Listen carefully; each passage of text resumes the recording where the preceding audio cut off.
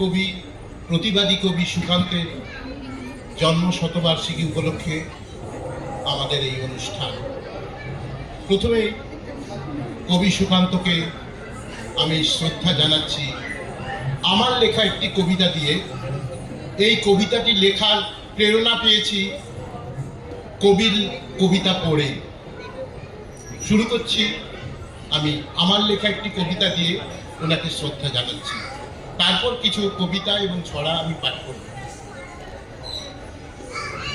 কবিতা রাস্তা। রাস্তা আমরা তোমাদের জীবনযাত্রার একমাত্র সম্ভব। শুধু বুকের রক্ত ঝরিয়েছি আমরা তোমাদের জন্য। তোমাদের পদাঘাতে আর যানবাহনের চাপে আমাদের রুদ্ধ করছো শ্বাস, তবু আমরা মানব সেবায় ব্রতী। আর তোমরা নিজেদের মধ্যে করছো কলহ, স্বার্থের সন্ধানে ছুটে বেড়াচ্ছ চিরকাল। ধর্ম, জাতি, উচ্চ নিচে টানছো বিভেদ। তোমরা জানো না বোধহয় একদিন পৃথিবী ছেড়ে তোমাদের ছড়ে চলে যেতে হবে। তখন এই সকল বিচার থাকবে কোথায়?